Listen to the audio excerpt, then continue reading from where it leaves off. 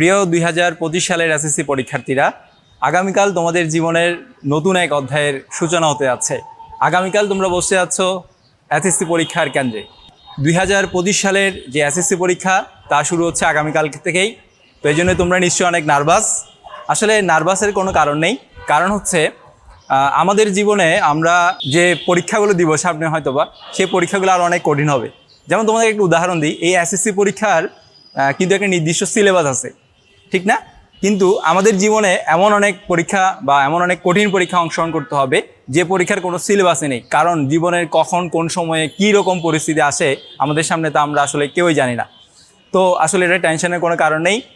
দীর্ঘ 2 বছর ধরে তোমরা প্রস্তুতি নিয়েছো এই এসএসসি পরীক্ষার জন্যই।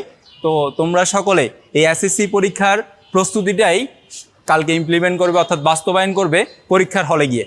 সত্যি কথা বলতে টেনশনের কোনো কারণ নেই, নার্ভাসের হওয়ার কোনো কারণ নেই।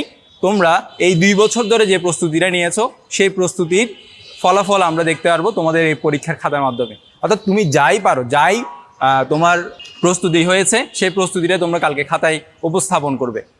তো 2025 সালের সকল এসএসসি পরীক্ষার্থীর জন্য শুভকামনা থাকলো।